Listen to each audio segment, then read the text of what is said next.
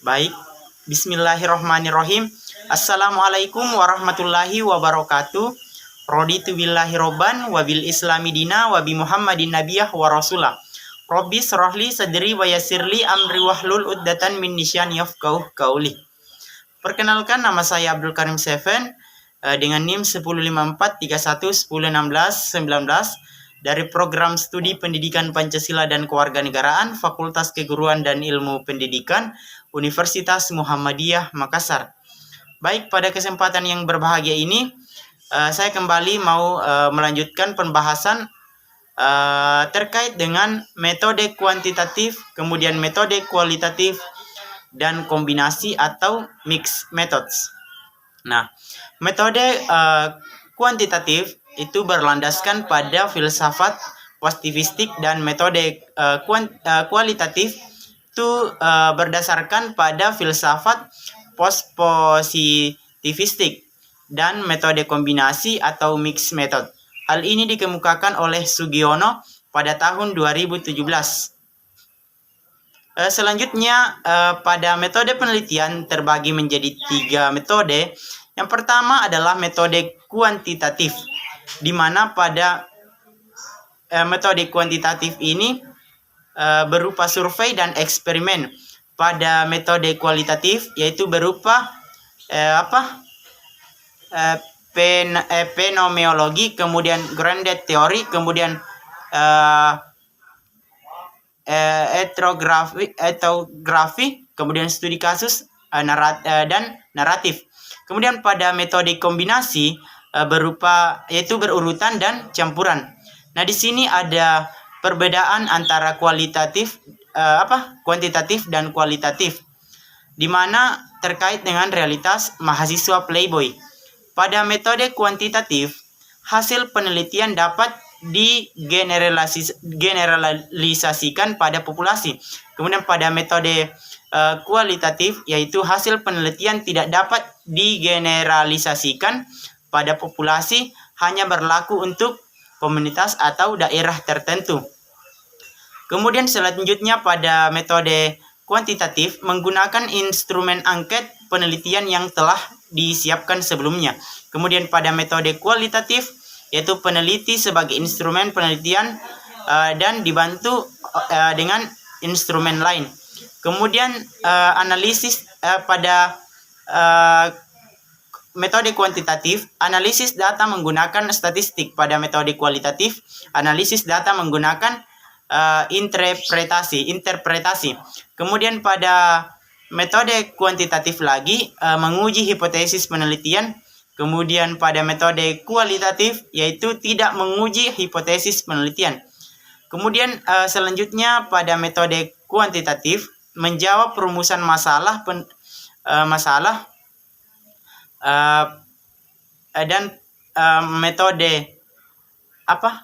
kualitatif juga menjawab perumusan masalah. Kemudian pada penelitian menggunakan konsep dan teori terkait dengan metode kuantitatif, dan pada metode kualitatif penelitian berbasis data lapangan, kemudian membangun konsep dan teori.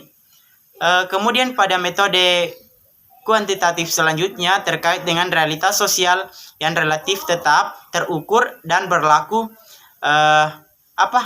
hukum kausalitas atau hukum sebab akibat.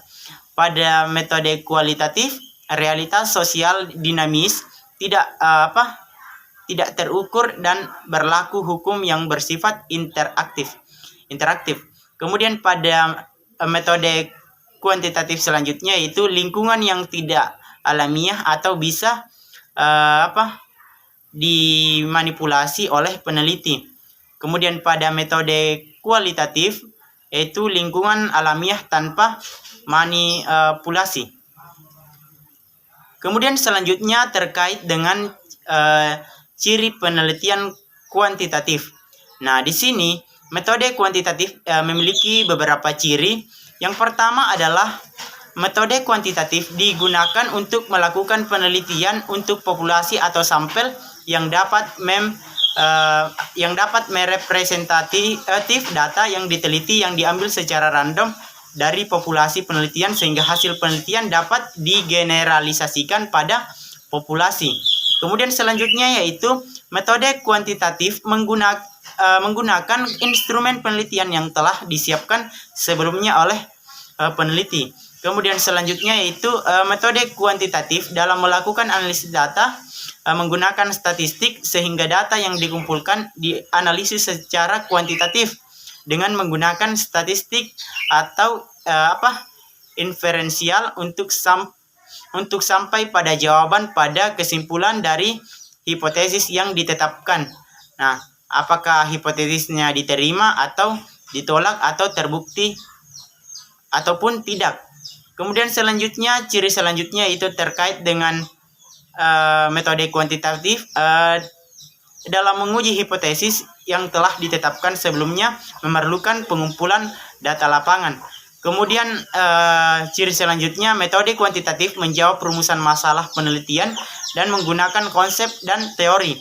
Kemudian metode kuantitatif memandang fenomena sosial, realitas sosial atau gejala sosial yang relatif tetap, terukur, dapat diamati dan berlaku hukum kausalitas atau hukum sebab akibat. Nah, ciri selanjutnya yaitu penelitian kuantitatif dilakukan pada lingkungan yang tidak alamiah atau bisa dimanipulasi oleh peneliti. Kemudian ciri yang terakhir terkait dengan penelitian kuantitatif, metode kuantitatif melakukan proses penelitian secara deduktif. Nah, selanjutnya kita beralih ke ciri penelitian kualitatif. Nah, pada ciri penelitian kualitatif ini memiliki beberapa ciri. Yang pertama adalah metode kualitatif menggunakan informan penelitian sebagai sumber dari penelitian. Hasil penelitian hanya berlaku untuk komunitas atau daerah tertentu atau dengan kata lain tidak bisa digeneralisasikan. Kemudian ciri selanjutnya, metode kualitatif dalam melakukan penelitian menggunakan diri sendiri sebagai instrumen penelitian atau human instrument, sehingga setiap peneliti harus memiliki bekal, teori, dan konsep. Nah, ciri selanjutnya itu metode kualitatif dalam melakukan analisis data menggunakan bersifat interpretasi. Nah, ciri selanjutnya metode kualitatif dilaksanakan bukan untuk menguji hipotesis penelitian. Selanjutnya metode kualitatif menjawab rumusan masalah penelitian berbasis data lapangan. Kemudian membangun konsep dan teori.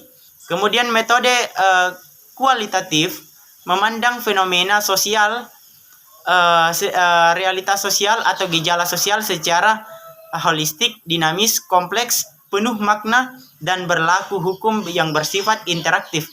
Kemudian ciri selanjutnya yaitu